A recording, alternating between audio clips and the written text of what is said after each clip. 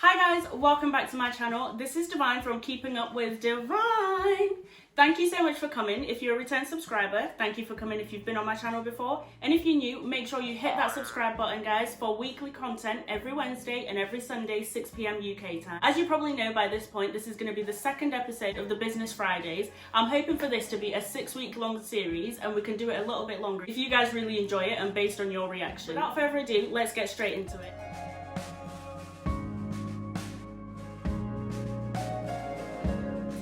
First special guest is my Gogo. Gogo, that means auntie, isn't it? That's correct?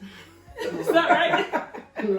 Well, it means grandmother. No, but there's an accent, isn't it? Because there's Gogo and then Gogo. Right, yeah. So I'm actually your mom's cousin. So because there's no like proper term, so actually in the Shona culture, that's where I then become Gogo because Malume is my husband becomes your Malume, and then in the belly I'll be called Malume guys, but then in Shona you call me Gogo. So the accent doesn't mean anything. Nothing. So I couldn't just call you Gogo. You could have actually called me grandmother to be honest. But I like the way that you call it Gogo because then it makes it a little bit different. I know. Anyways, so we're here today and my Gogo is a wonderful entrepreneur. Would you like to introduce yourself and also let the people know what to call you? Who are we talking about anyway? Entrepreneur. Oh, okay. I didn't know. I didn't realize. I always just thought I was just making some money just to buy my son some trainers and tracksuits, but entrepreneur. Oh, entrepreneur. Okay, yeah, there's my son there waving. Do you want to come say hi? Right. Okay. My name is Caroline Divine Gogo, as she has said. Anyway, love my niece. So right, she's called me an entrepreneur. I didn't know I was an entrepreneur. Like I said, all I do is just try and survive and try to make a little bit extra money. I do supported living. We provide homes for people that are vulnerable in our society, people that suffer from mental health, people that suffer from learning disabilities, and the less fortunate members of our society. So that's what we mainly do. What made you decide to go and do that?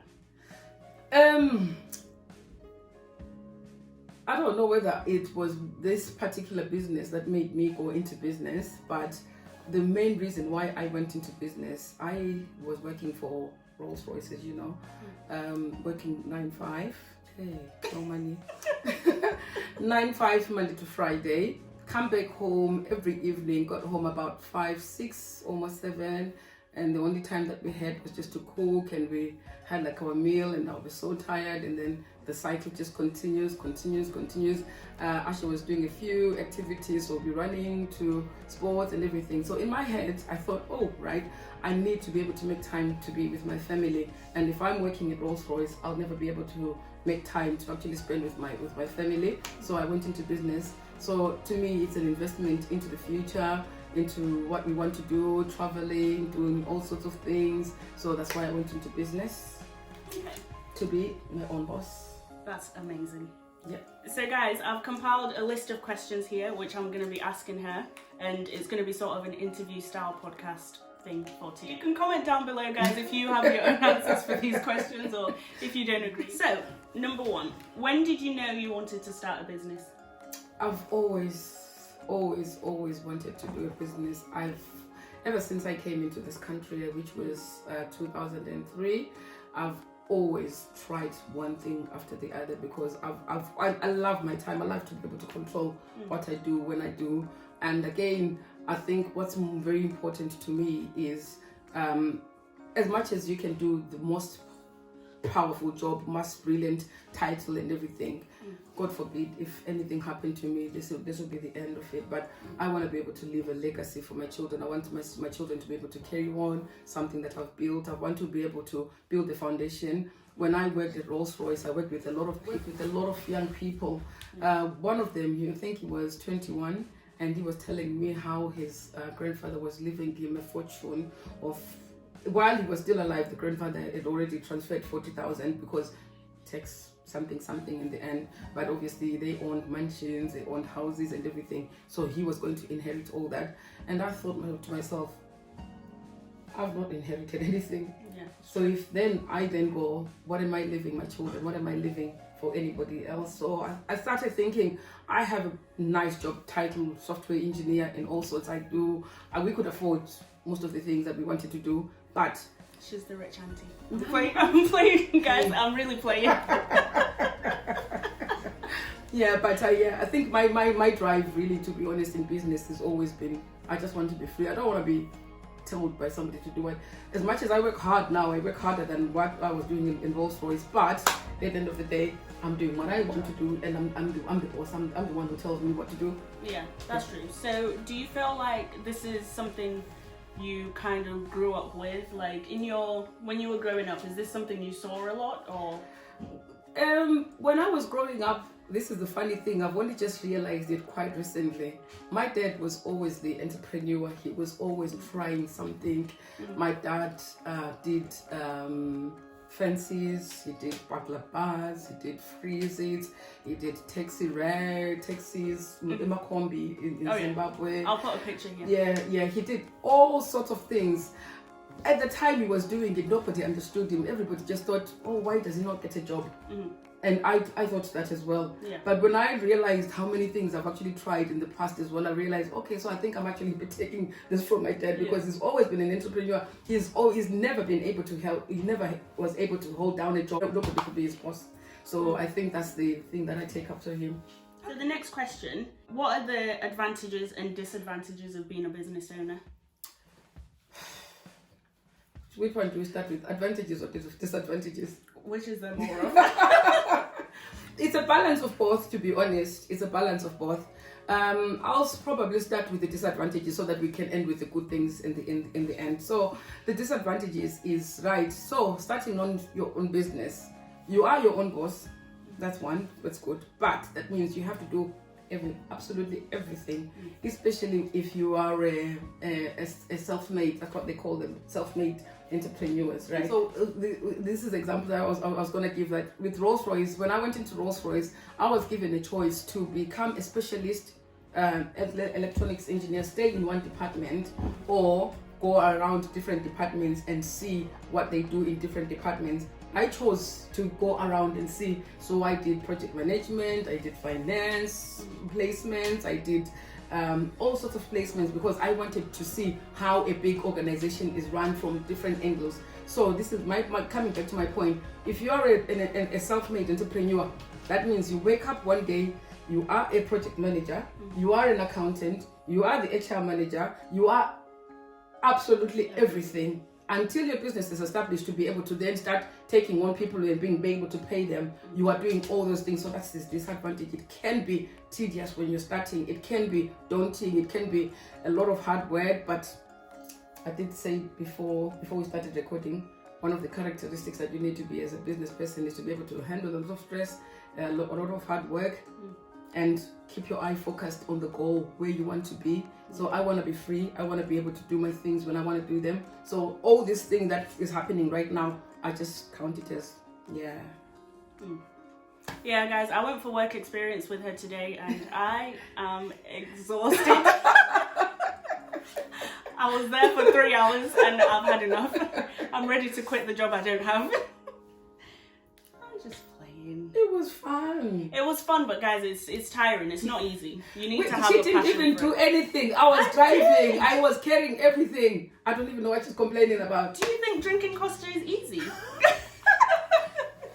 It's not easy. It not be easy, or. But no. And the advantages? The advantages. Ooh, right. So there's plenty of advantages, right? On some days when I'm not feeling the money, okay, Aisha's giving me the sign of the money. Sign like this at the I am yet to see the money. But yeah, eventually you do get to make the money.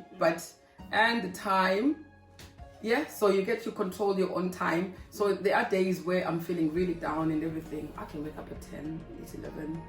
And again, what I like about working for yourself is you get to know when you are most productive, right? Yeah. So if you are productive at night when everybody else is sleeping, you don't want, I'm one person that likes to be quiet when I'm working, when it's So sometimes I wake up at 3, I wake until 7, I go back to bed. I've covered a lot of things, but if I was trying to work while there's everybody calling me, I'll do half as much as I'll be doing. So that's the advantage of being a business person. Then if I know I've got an appointment next day to do something else, I can shift everything else to say I'll do everything when I either come back, or I'll wake up early, do my stuff, and then I'm free to do whatever I'm doing. So that's the advantage.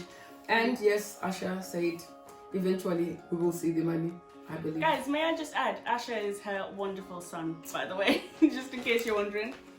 Yeah. In case you keep hearing Asha being mentioned, that's Asha. And another wonderful son is Sandy. He's alright. He tries.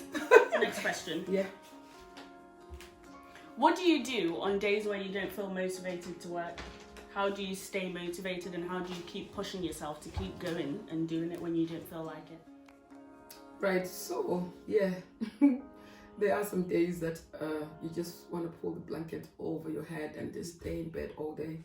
Yeah, I do that sometimes. Okay, fair enough. That's fair. That's fair. Do you think that's important? It's definitely important, yeah. So, because when you're doing your business, you definitely work hard. So, it's important to schedule it in days where you just lay back.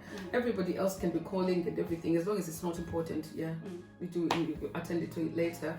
But yeah, coming to real stuff. Yeah, you get there are days when you feel like I'm demotivated. I'm feeling, oh my goodness. When I work at Rolls-Royce, I would get in at 7, and at 3 I'll be like shutting my computer. I don't care whether it's finished or it's not finished. I'm going home because I'm working for somebody else.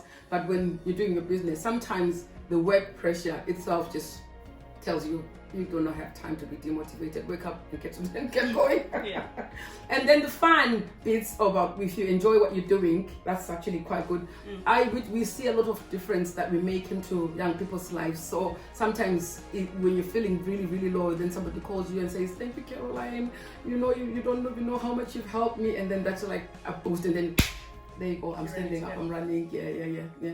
Okay, so in that sense, someone asked me this question on Instagram. Yeah. Do you feel like you have to be passionate about the thing you're going into business Most for? definitely. One of the questions that I ask people when they come to me, I do have like a consultancy thing that's going on the side at the moment, because I love to help people. There's a lot of money to be made, especially in social care. So I always tell people that this is not money coming from my pocket, guys. There's a lot of money that the government is giving out. There's a lot of money that the councils are giving out. So if you want to do your own thing, come and I'll help you set up your own thing. So I do have a consultancy thing running. But okay, on that note, how do you do your consultancy? How can people get in contact with you if they want it? Yeah, so they can contact me via my mobile phone.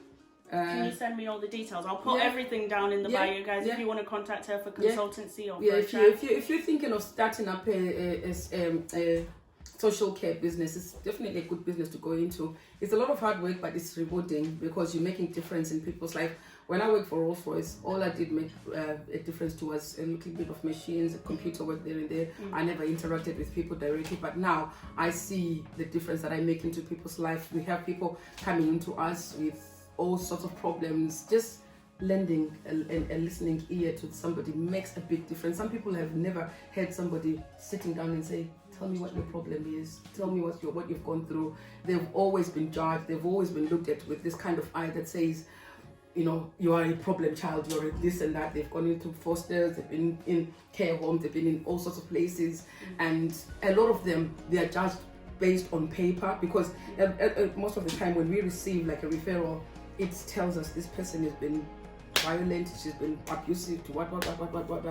If we were other people, would just judge them and say, we're not taking this person, but we give everybody a chance because we believe everybody deserves a chance. There are some people that we give up on, but rarely do we ever give up on anybody, because we see what we do. When we speak to people, when they open up, when they begin to pour out to us, you'll be surprised. One day is this one wild person, and then 2 weeks, 3 weeks down the line, they see that I'm working with people that care. So okay, that sounds lovely. That sounds really quite good. So guys, don't forget, I'll put all the details down below.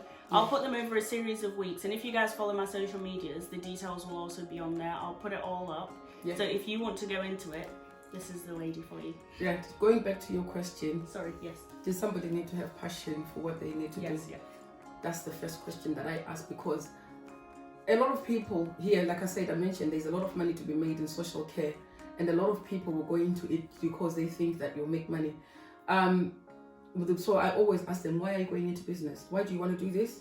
Because if it's money, I'll tell you, go and think again, because you will probably not see the money until 2 years or 3 years down the line.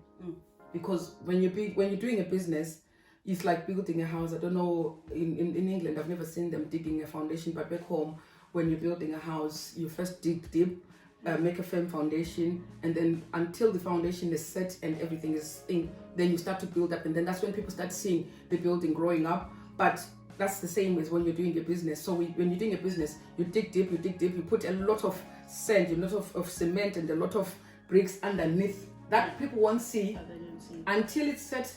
Then you start. So that's the same as business as well. So in business, you will do a lot of digging deep first before the money is seen, and a lot of people give up before the foundation is set because they went into business before the wrong thing. But if you're passionate about your goals, if you're passionate about what you're doing, so there's two things. You've got to be. You've got to have two drivers. The driver one is, why are you going into business? I sat down before I went into business and I said, I want to have time with my family. I want to be able to travel with my family. When I was working for Rolls-Royce, they were offering me this job where I was going to travel the whole world, doing audits and everything, and all sorts of. There's a guy that was leaving. He was retiring, and he'd been Australia, America. He was on the plane literally every week, and that was the job that was being offered. I went on a few trips on my own, and it was lonely in the hotel room. Yeah, I can imagine. And after I finished work, I'm sat there, I'm thinking, what do I do? What do I do? And that's why most people then that have got these high flying jobs end up getting into the wrong things, because they're flying around the world on their own, they're leaving their family. And while they're there, then it's really boring and it's really lonely in the hotel room. So I thought, how many times am I going to do this? How many times am I going to fly to America? And on my own? By yourself, yeah, that's it. So I thought, I've got to make enough money for me to, if I'm going with my family. Does that include me? Your family. Why do you have to ask? Because she's never taken me. I always hear when she's on holiday. I see on WhatsApp. Guys. Should I tell you? She lives just literally an hour, and I keep calling you divine calm, divine calm, divine calm, divine. I'm here right now. Thank God. Right now. We'll come back home, prodigal daughter. Thank you. You know, I thought, seeing as I'm the prodigal daughter, there should be fees and there should be food. But I'm sat here in front of you guys. Right, go on then. So the next question, when is it time to quit your regular job? That is a very, very, very tricky question.